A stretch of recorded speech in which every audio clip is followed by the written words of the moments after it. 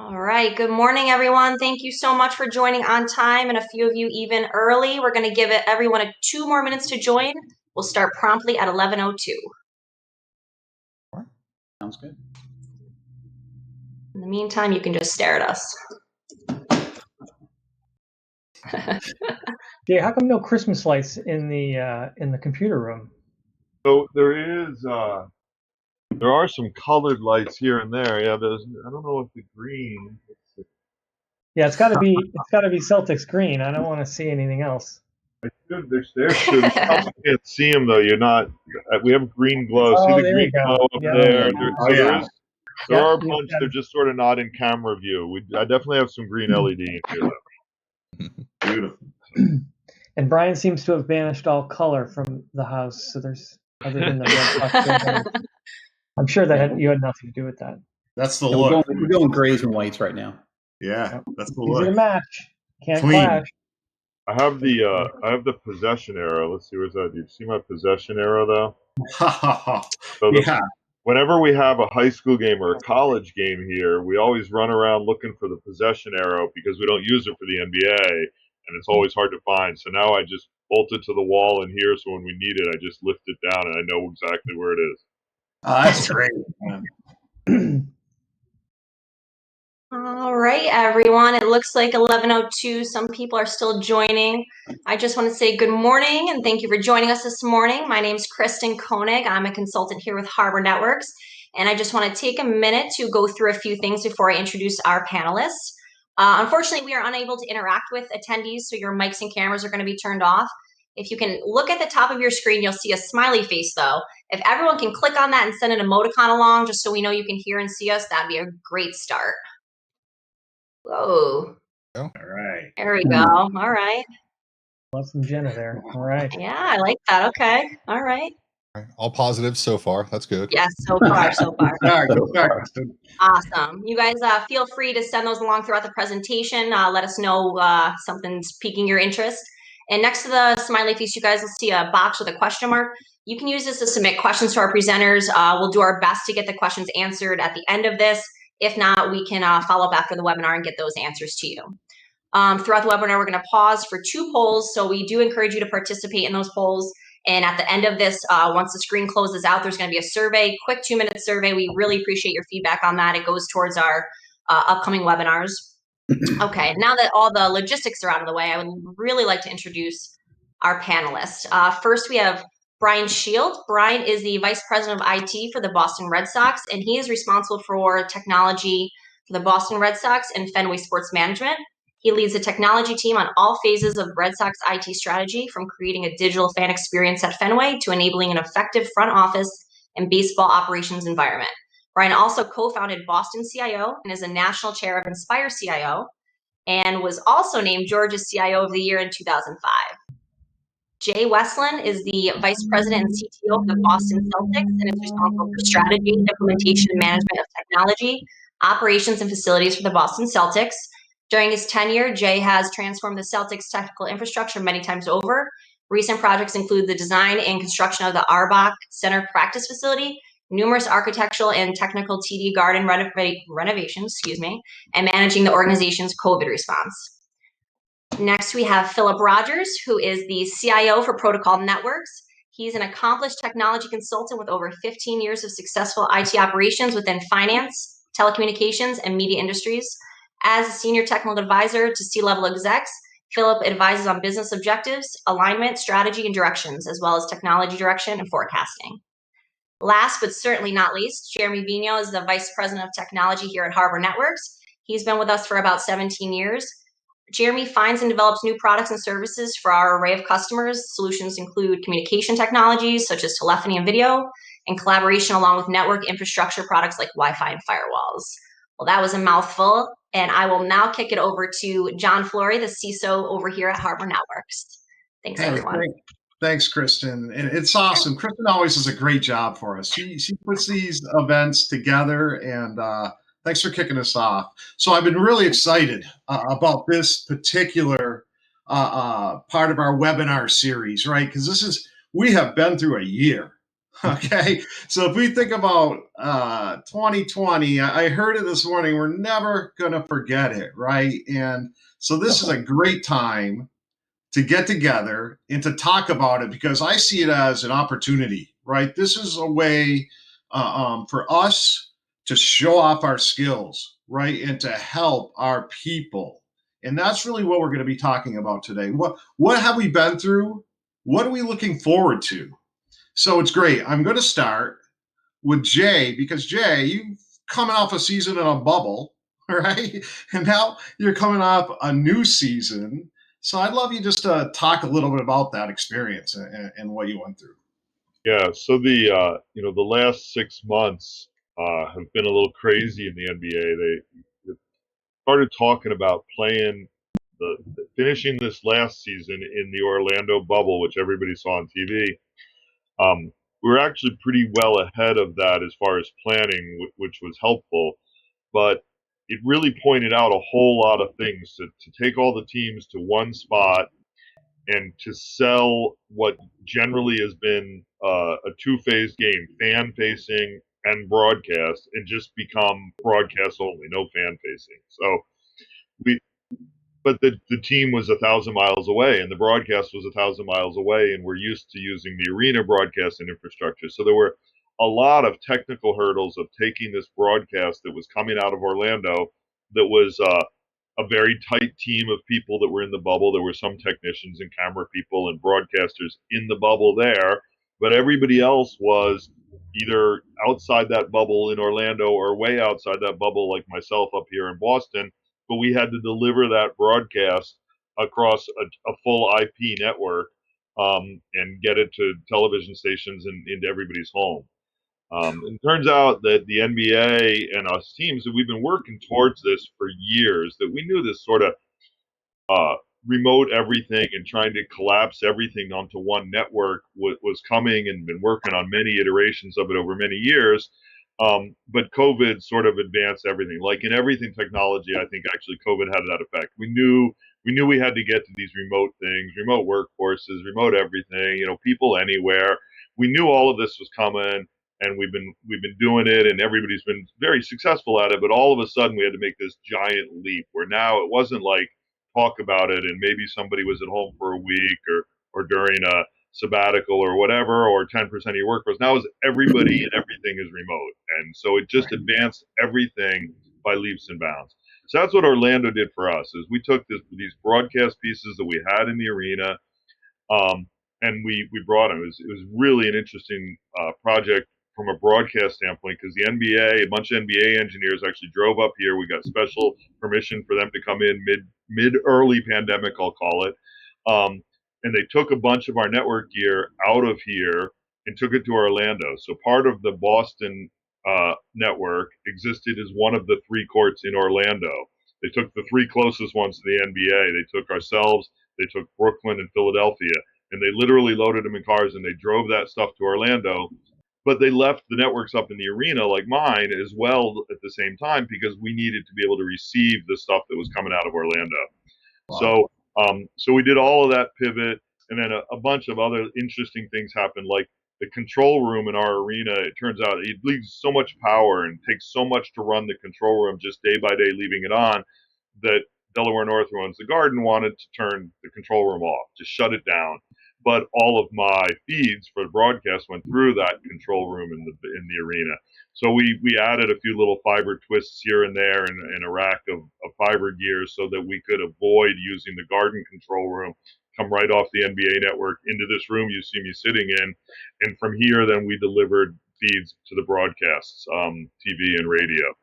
It was quite an experience. They called it, if you listen to those games on the radio over the summer, Grandy and Max, would refer to this as Jay's bubble, and we had a lot of fun with it too, because we actually put their studio right here in the locker room. The TV studio stayed in Needham, but the radio studio is right here, about 100 feet behind me in the locker room. And they called it Jay's bubble, and we had a lot of fun and enjoyed ourselves while being careful at the same time. A lot of hand sanitizer, a lot of masks, but so it was quite an experience, and getting us ready for this next year, which is taking all of those bubbles and now replicating it roughly 29 times for each arena. And that's what we're in the midst of right now, is taking sort of that Orlando experience and putting every arena. A handful of arenas will have fans, but the vast majority will start fanless. And I think you could say it was a pretty successful. The bubble worked pretty well. So Orlando worked very well health-wise. I mean, health and safety is at the front of everything now that we're doing. And health and safety, it was very successful, but also the presentation, the product, the basketball, what you saw on TV, all of that was a wild success. And if we can come close to that in this building, starting in 2 weeks, I'll be happy. Yeah, man, that's exciting. Was there? And I'm going to move on to Brian. Were you scared at all, Jay? Is there ever a time where you're like, "Holy cow, this might not be going off," or you felt like it was fairly smooth most of the time? How did that work? I don't usually get scared that something's not going to work, because I've got it well enough in my brain that I know how to work around most things. I get overwhelmed that there's not enough time to get it done. It's just, oh my God, how am I ever going to get through these 1,000 things that have to be done in the next 4 days? Right. And like I have always in Project Management 101, you just start and you start checking them off a little bit at a time, and eventually the big project gets done. And you prioritize. Some of them don't get done, but they're below the line of things that had to get done, and they get prioritized away. Yeah, literally like risk, right? So, Brian, now you're coming off, you had fans, and you have no fans, and then you went through. Talk to us a little bit about your experience. Yeah, so some similarities to Jay. I mean, we came out of spring training, which obviously kind of came to an abrupt end, in March, and and so I think for us, I think the challenge was that we basically had to pivot pretty quickly to this model without much lead time. As it turned out, we obviously kind of reconvened the year beginning in July. Major League Baseball did an amazing job of helping clubs sort of kind of navigate this process. Kind of like Jay, I think the thing that sort of scares us a little bit when you're doing these things is you realize in these models that you're not really kind of in control of of all the elements of success. You have these dependencies, much greater dependencies than you historically probably feel completely comfortable with, and probably a little bit different than Jay. I don't know that we ever really kind of had a vision or a plan that this could happen. I think we kind of always kind of assumed the model that we had. I mean, with playing baseball without fans, it's challenging. It's like, more from an experiential perspective. It obviously simplifies a lot of things relative to, working with fan engagement and all the other elements where we spend a lot of our time. But on the television thing, we obviously had a great relationship with our sister company, Nesson, here in town. And they did a great job doing what they do. And then, they pulled off MLB pulled off the World Series and did a great job in keeping people safe by and large. So, I think that part of it was a real success. And we learned a lot. And I can probably talk more about those kind of learnings. Yeah, really good. So, Philip, over at Protocol. So same thing, right? Your people, everybody's upended here. How'd it go? As a consultancy, since we're a little bit smaller, we had the benefit of being a mostly virtual organization before this began. So we kind of attacked it running, but we still had a sales office, still had an operations center, we still had a location where we had help desk services and things like that. So for us, we immediately had to jump in, figure out how to take those, take the lessons that we learned by having remote architects and senior leaders from the team, and build out all these remote help desk and knock stations in everybody's house. So it's one of those things where it's easy to do, but then when you have to replicate it 20, 30 times, that's where the challenge comes in. But for us, it was just a all hands on deck situation. We all kind of got in cars and drove equipment all over the Northeast, and we got it up faster than we really expected to. I think that's one of the benefits of being in IT and having a background in IT operations. We're used to things breaking, so our first reaction is let's fix this, and then we'll worry about how bad it was. So you kind of look back on it and you say, wow, I guess we could do that in 2 days rather than 3 weeks. But you don't necessarily want to have to prove that all that often. But for us, it was an interesting logistical challenge. And we look back on it and we're surprised how fast we got it done. But I think we're going to undo it a little bit slower. Yeah, we'll talk about that a little bit more. So it's really good here. So Jeremy, our customers, we celebrated our 25th anniversary, so we've been around a long time, right? So we're servicing a lot of different markets and a lot of different customers. I'd like you to talk a little bit about what did you see? How were they affected? How did they adapt? What did you see? Yeah, well, I mean, I just want to make a mention. I want to figure out why John Travolta didn't capitalize more on the boy in the bubble resurgence during the bubble. He should have gotten more royalties. It should have been on TV every day. That was just my point I wanted to say about Jay. I never even thought about that. Yeah, it's interesting. And to what Philip was talking about, I think it takes longer to undo duct tape than put it on. So I think that you're right. It will take longer to undo all these things. So no, the jokes aside, the breadth of our client base sort of covers a lot of different verticals. And you would imagine that during the lockdown and during the pandemic, that a car dealership is obviously going to be affected in a lot different way than a doctor's office. So from our client base, really depending on what they were trying to accomplish, they either had plans and they, as Jay had said, didn't necessarily fully execute those plans for remote workers, or there were a fair number of customers that had no plan whatsoever and they were running around like their head, like a chicken with its head's cut off. So we sort of rolled with the punches. Some of our customers had more preparation in play. They just needed to expand it. Some people needed to start from scratch. And then a fair number of people just needed to triage to say, what can we possibly do to at least communicate with our clients, patients, whatever that may be. So we had to wear a lot of hats on the consultation side to sort of understand where that person was or where that firm was, and then sort of offer suggestions. Meanwhile, because communications and a lot of what we do for people is part of that. And then obviously everything stretched at the seams. Can we send people out in a van with parts? Are they allowed in a building? All those challenges that we do, and frankly, those things still come up today, and will come up next week as well. As potential requirements for safety are increased and so forth. What we saw generally after that first surge in the spring is we saw a lull where people sort of caught their breath, and then right as the fall started in September, we saw IT staffs and C-level staffs starting to realize that they needed to plan more. So they needed to preemptively start thinking about this, right? And this was sort of what we see as what you would normally assume that there would be this sort of dead zone of nobody buying anything. It actually really picked up in the fall where people were like, well, let's be more prepared next time.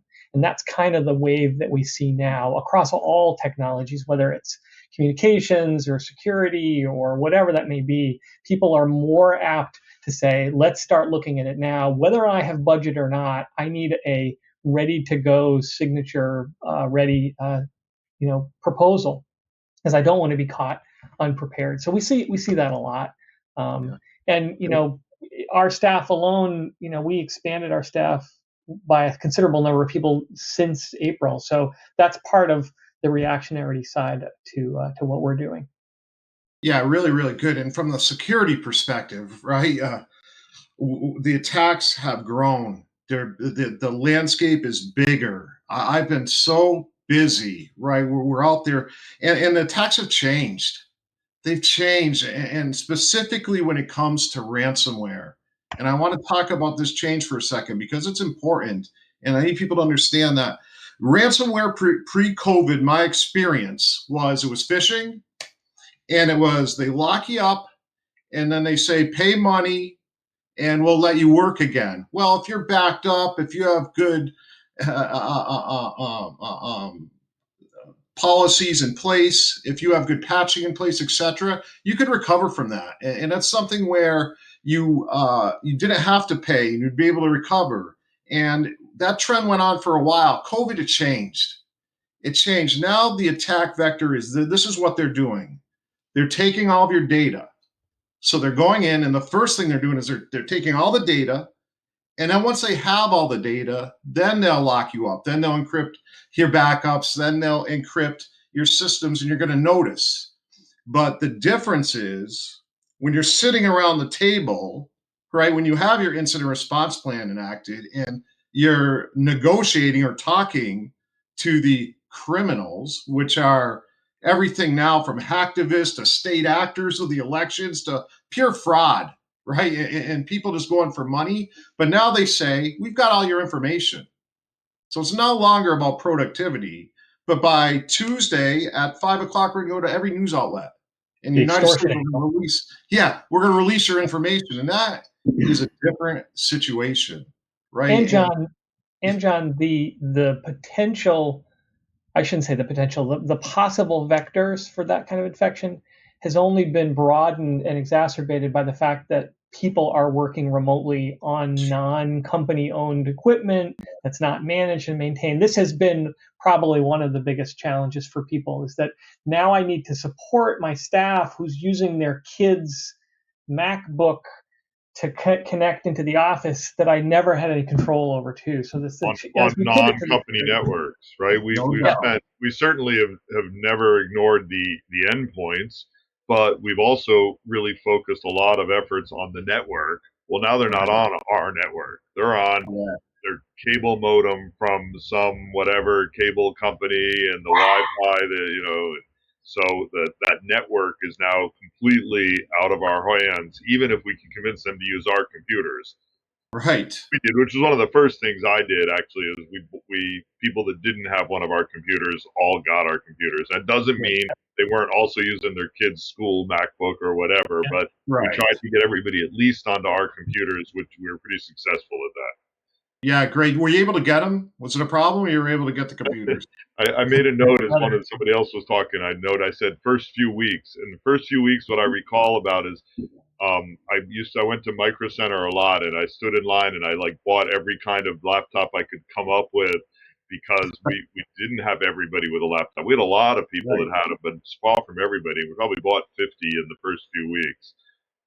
And then stuff would be shipped. We were coming to the office at the first few weeks. It was unclear whether, even though we were IT sort of essential, should we be going to the office? We didn't want things being shipped there and nobody to receive it. So everything was coming to my house. We turned my living room into shipping and receiving, and my dining room into my lab.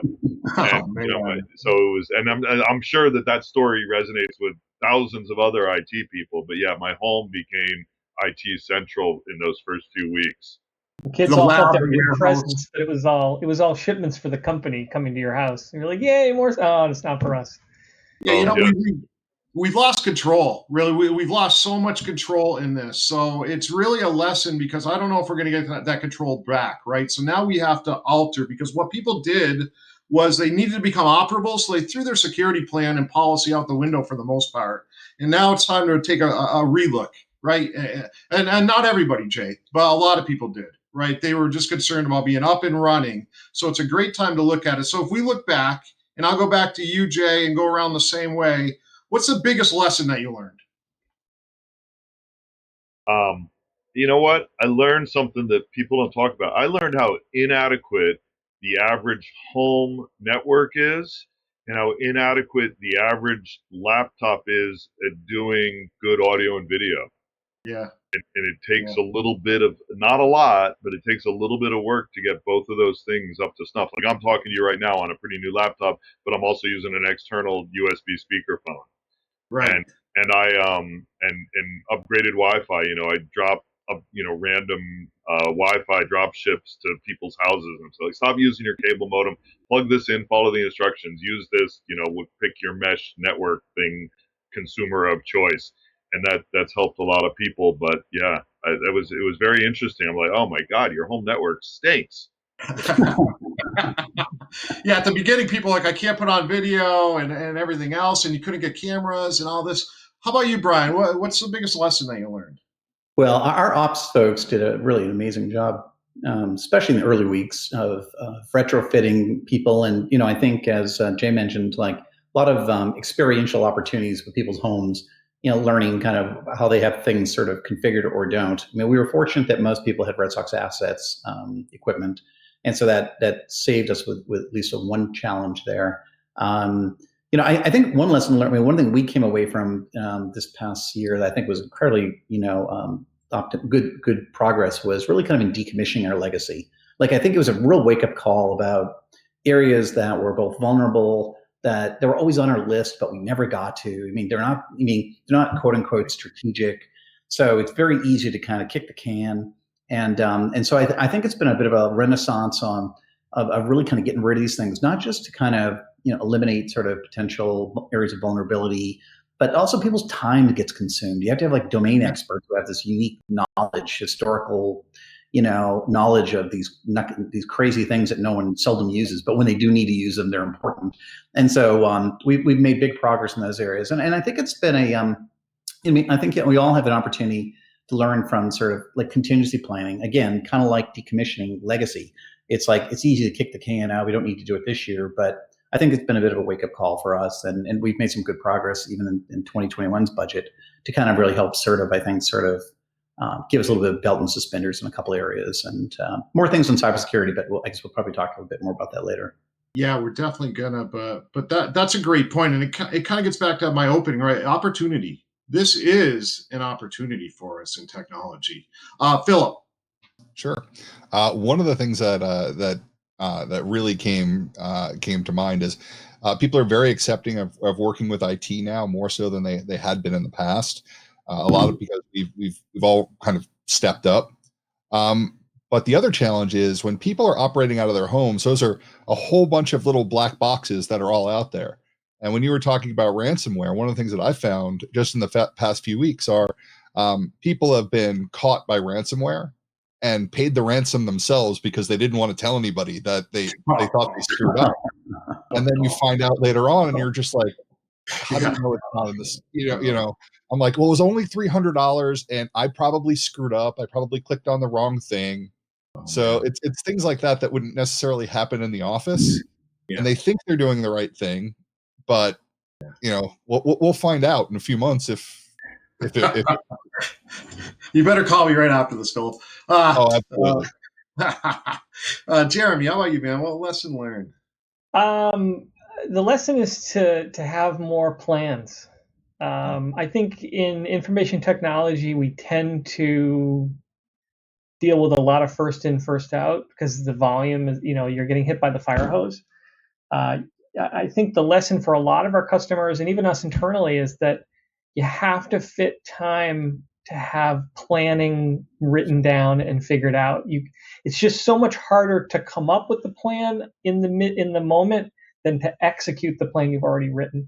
And so it sounds trivial, but somewhere on that priority list is I need to figure out plan, backup plan, tertiary backup plan, and just write it down somewhere and talk about it with other people. Because if you're in the midst of a crisis and somebody's like, oh my God, fix this, and you haven't even thought of how you're going to do that, it just makes everything harder. It's so much harder to think clearly under duress. So I think that many of our customers, and I talked about that in the fall when they sort of had a time to take a breath, was to start that planning phase to at least prepare for the worst. So, say our office is quarantined and you can't even go into it. So how are you going to answer the phone? You need to be able to forward your phone number somewhere. Just have that figured out and write it down somewhere to figure that out. So that was one of those things that everyone knew, but it sort of bubbled to the top. And so, everyone needed to figure that out. That's a great point. I try and teach my underlings that one. I talk about, we do things. There's three things we do.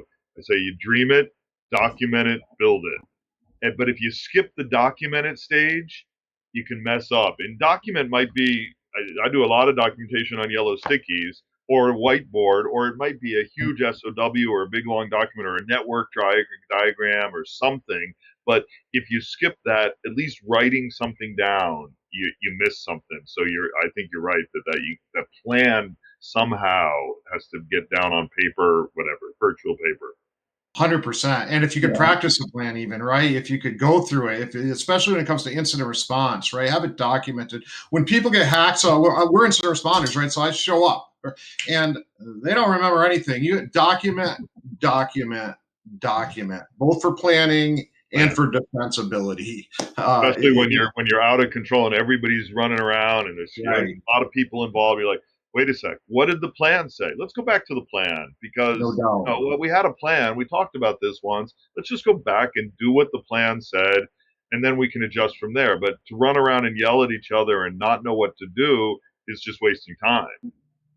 Documentation too, I think. I mean, there's documenting systems and things, but it's, we're kind of discovering, and we've been a little lax at this historically, but even like, whether it's applications or vendors and, you all know your major partners, but the minor ones, the ones you don't talk to, don't engage with very often, or the systems that have a more tertiary kind of role kind of in your company, those are the ones that tend to kind of burn you. So we're trying to get better at sort of the administration of some of these things where, it's really easy, like suddenly you realize you're like 3 revs behind on something, or you haven't applied patches, or, some of these other things, because it's just not top of mind, at least on some of the areas that are not maybe as strategic historically. You hit it right on my head. Right on the head. But what is the oversight? So when we respond, right, and the organization is generally paying either internal employees or a third party to patch and back them up, right? And I think we're doing a reasonably good job of vetting third parties and employees coming in. But what I'm seeing is we're not doing a great job of understanding what they're doing once they're in and making sure they're doing what they're supposed to be doing. Because what we find when we show up, they're not patched. They're not backed up. And they think they are. They signed up for that, right? The vendor had good references. So make sure, have metrics in place. And for oversight on the vendor, the stakeholder is not the right oversight. Because if I bring Philip in and he screws up, I'm probably going to not be as good oversight as I should have been. So have a committee, have some type of metrics objectively so you can measure third parties because they're dangerous. Yeah, also, I think to your point, a lot of it's, sorry, Philip. I totally agree. The people that take the test should not be the people that grade the test. Right, man. So that's the lesson. If you bring in somebody from the outside, and this is coming from a consultant, please make sure that they're doing their job. Right. 100%. And as unfun as it is, a lot of it's sort of like trust but verify, right? Yep, right. So, correct. 100%. Yeah, I prefer zero trust, but yes, trust and verify is good. Yeah. As unfun as it is when you do these new vendor things, you bring in legal in and having legal work with it. And sometimes you get to the point where legal says, no, these guys won't agree to this term in the contract, so we shouldn't do it. And at some point you have to make a business decision on the risk, and then you go and everybody discusses. You say, well, yeah, but it's the only vendor that can do that, or every other vendor that does that is going to have the same terms. So you overrule the legal, but at least you identify what the legal risks are when you enter into these agreements also. Right on, Jay. You accept the risk. You document and accept the risk. And the third-party vendor management for yourselves, for people in their organizations to have is huge. If they don't have it, fine. We asked them for it. We document it. We made a business decision to accept the risk. So I want to talk about risk for a minute. What do you think your biggest risk is right now, Philip? Yeah, I think one of the biggest risks that I see with companies that are out there are a lot of new hires are coming in, and nobody really knows who these new hires are. There's not a whole lot of oversight. There are people in our organization that I've never met. I've seen, I work with over camera, but we're relatively small. But some of our clients are hiring hundreds, if not thousands, of new employees that aren't part of the culture. They don't necessarily get that instruction that's naturally comes in the break room or just in casual conversation. So we're not going to see where these breakdowns are for 6 months or a year, and we don't know what they potentially are. So I think that's one of the challenges that we're going to have to that we're going to see, but also we're going to have to figure out how to deal with, because I really don't think that we're going to go back to the way we were. No way. No. This is going to be, at least partially, the new normal. Yes, at least partially. There's going to be some form of it, right? Jeremy, what's the biggest risk that you feel? Employees like you. No, just kidding. Employees are They are a risk. You can have policies, you can test them, you can convince them to come to webinars and training or whatever. I think that one of the things that we'll have to come up with in the next year or longer is to figure out how to make employees members of your team versus risk vectors, sort of get them to help versus be the problem. And I think some of that's social engineering, some of that's education, some of that's frankly scaring them and saying, if you screw up, you might not only get fired, but you might get all of your friends fired because they'll all go out of business or whatever. So it's a delicate balance. But I'm trying to do that internally with our staff as well, as sort of educate them so that they understand that they need to be an active participant. They can't just be somebody who's annoyed by warnings and things like that.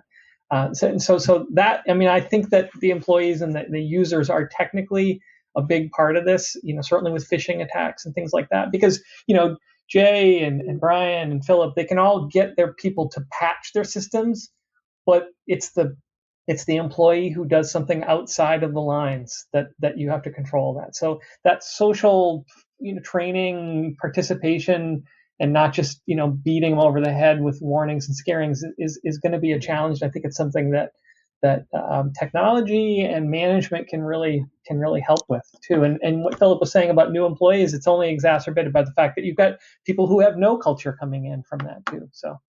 It's huge, and I love what you said there. I'm going to challenge everybody on the call. Does your policy have that everybody has to protect data in everybody's job description? I don't care if they're the janitor. I don't care if they're the CEO. Does it say it in the policy? Does your policy say up to and including termination?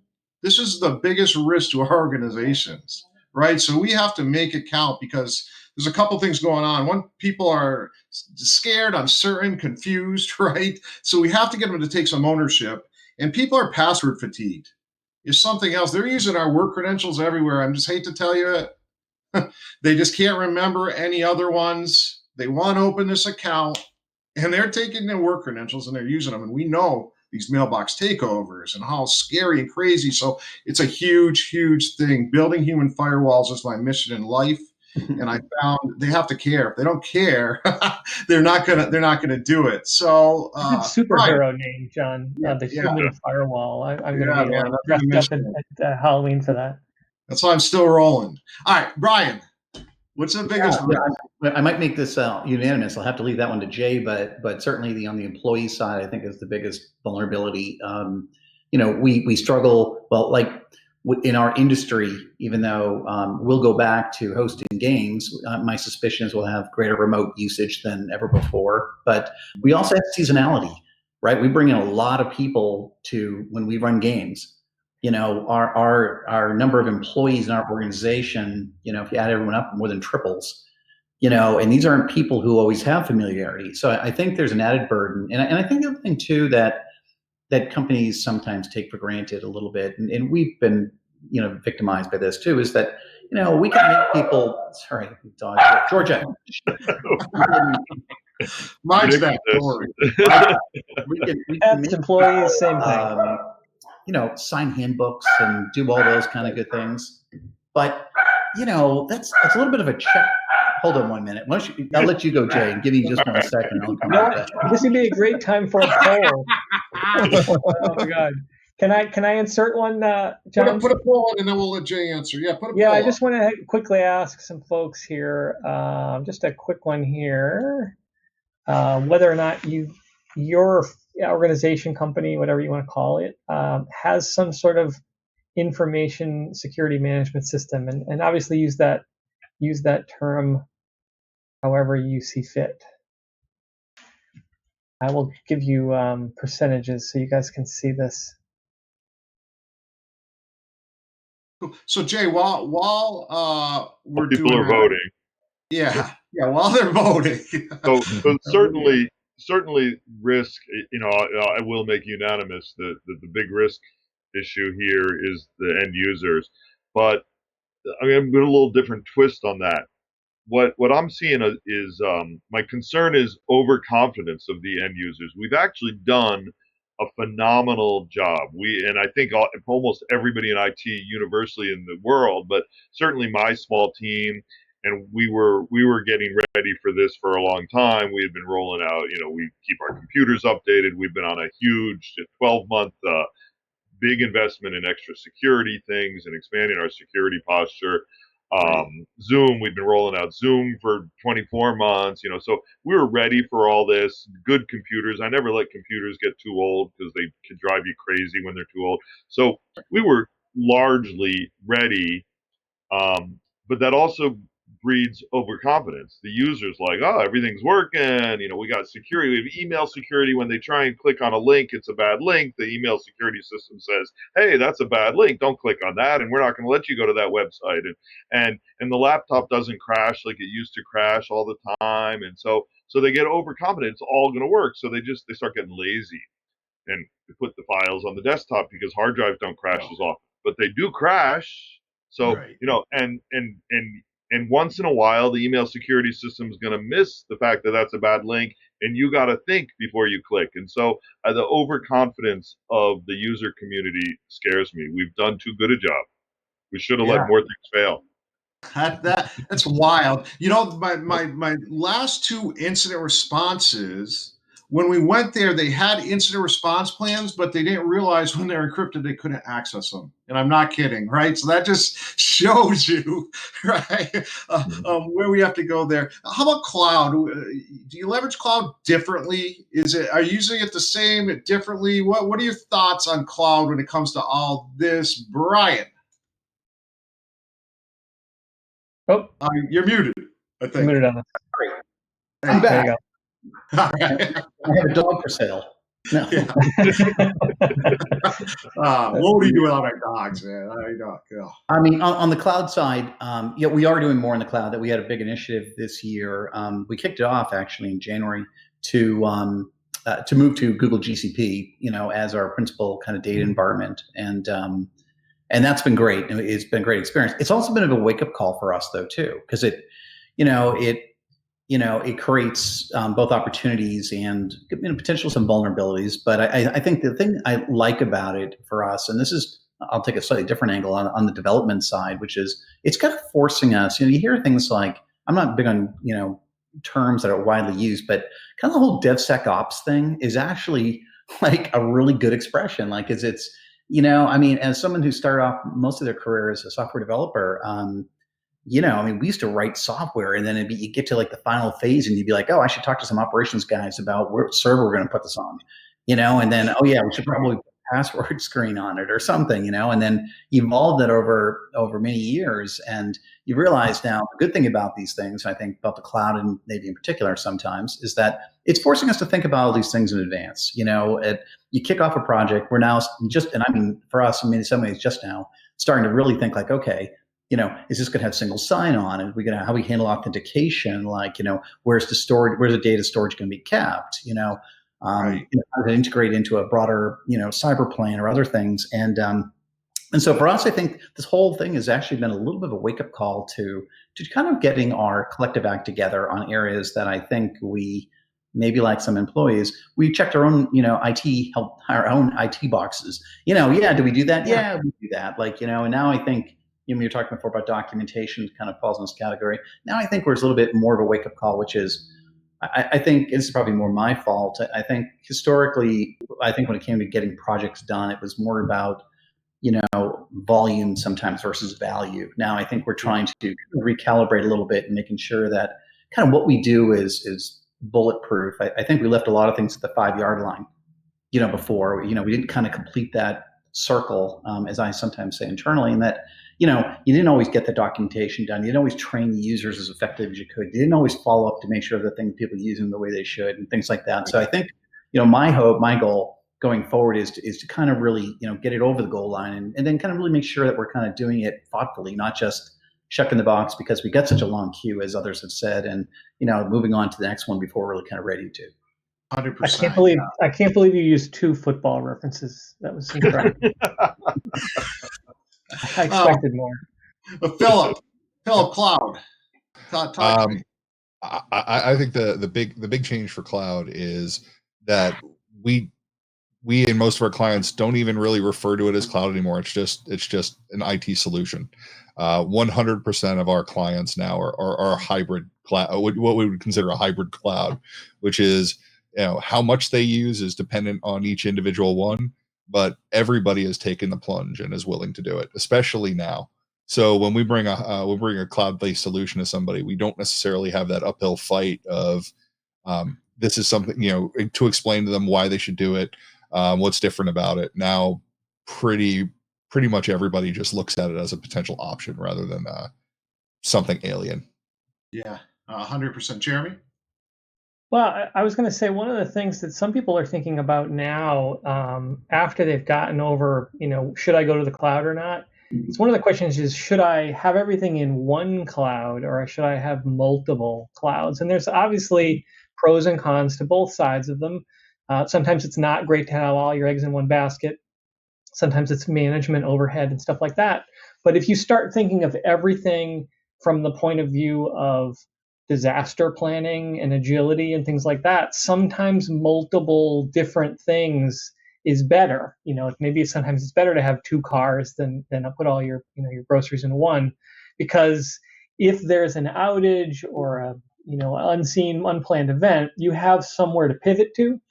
So I think that some folks are realizing that even if their backup plan is only executed once every 2 years, maybe it's worth having another cloud account somewhere that's relatively inexpensive and treated as an insurance plan and things like that. So not necessarily. I think anyone who's using Microsoft for email, Microsoft 365 is a juggernaut, but there's a fair number of customers out there who realize that they don't promise anything more than 3 nines uptime.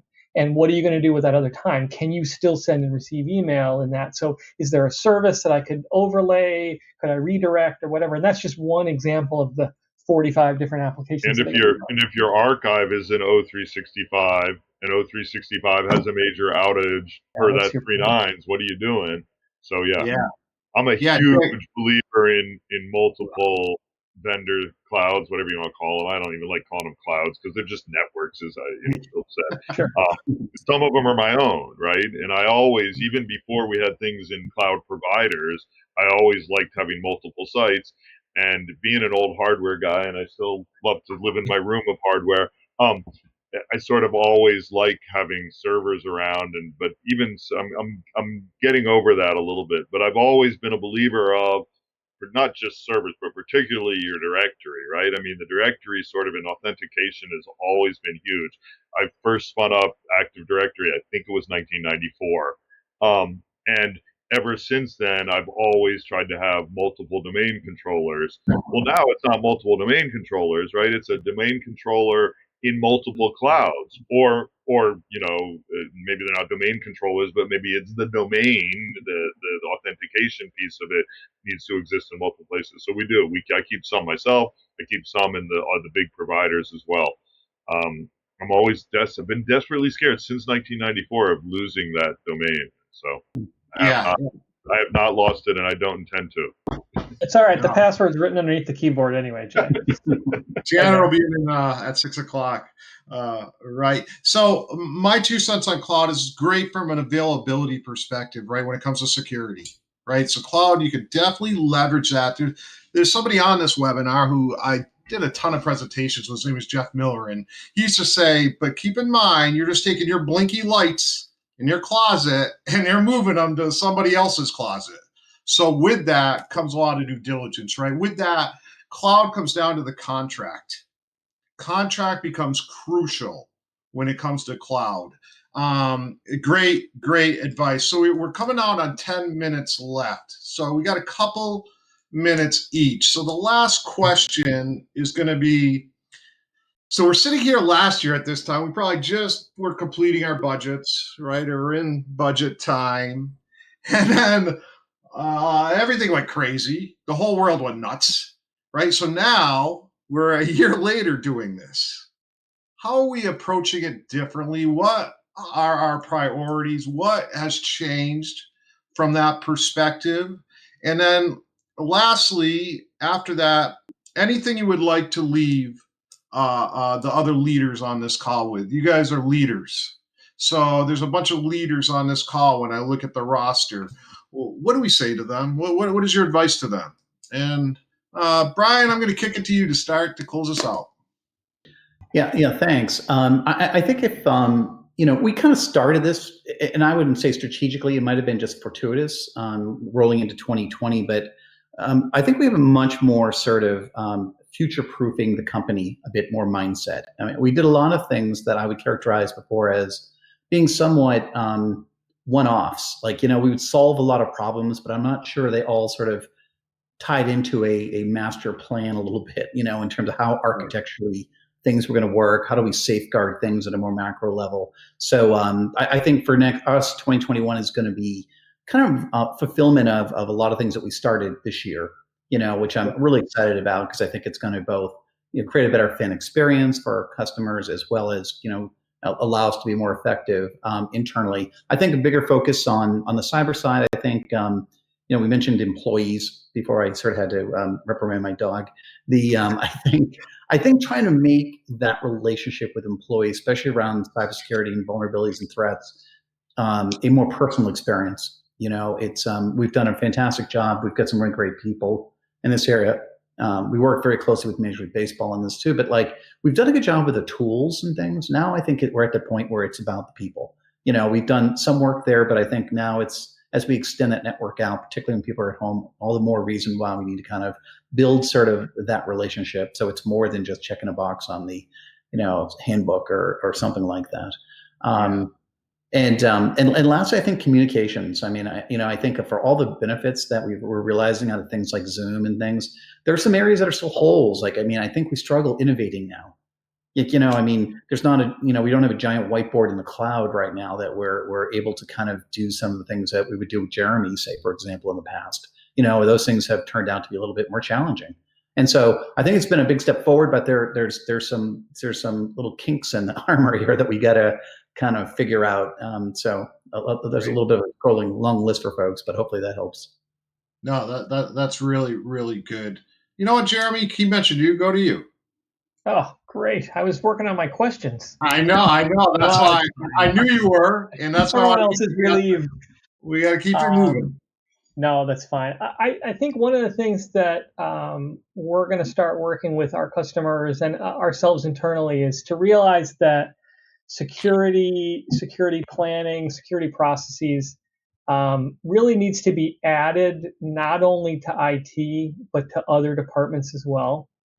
I think some people think that security is an IT problem, and it is not just an IT problem. We talked about people and personnel and employees today. I think we're going to have to start getting operations and human resources involved as well. And that means potentially a budget impact. It means that you may have to do some spending above and beyond what you're doing today to pay for training, to pay for technology on the IT side and whatever. And I think that some business owners and boards and things like that are going to have to realize that these additional costs can't really come from some other part and moved over. It's an additive cost. I mean, it's a new world. I mean, the fact that your company is now connected to every place in the world means that everybody in the world could potentially work against you. You don't how high your fence is around the yard doesn't really help you when it's the internet. You really need to have a new part of that. So I think that one of the things that Brian said about getting people and employees to be involved is a key aspect of that. And I think it may mean that you need to involve other departments other than just IT. You don't just get caught into that vortex per se. Yeah, and that's that's something that's going to be hard for some people to swallow, because insurance, and no hit on anyone who's on the webinar from an insurance company, insurance is not the most exciting thing to buy, but it's awesome when you have it and you need it. So, don't diminish that and right sort of expand that notion to that as well too. Beautiful. So, that's my two thoughts there. Yeah, really good. Just so when we look at organizations holistically, IT owns 30% or less of the risk. Yeah, we're holding all the bag, right? So who owns the risk? Where is it? Who owns it? What are they doing about it? How are we measuring it? How are they accountable? That's great thoughts, Philip. My advice that I've been telling people is corporations are goldfish.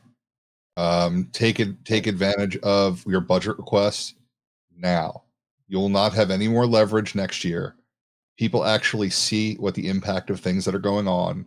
You need to fight for it, because in 6 months you're going to be up against the marketing team again, and they're going to win. So if you see the need for it, you need to stand up for yourself, and now is the opportunity to be heard. And don't think of it as being a good team player. You're protecting the team. Yeah. There's no steal that base now. Take the shot when you can. I'm just kind of fitting as many. Jeremy's never seen a shot he doesn't like. I've been saving them all. Jay, go ahead, Phil. Keep going. Oh, and I guess you would ask for advice for folks that are out there, which is regardless of where you are in career, whether you're early, middle, or late, this is something that you're going to be talking about.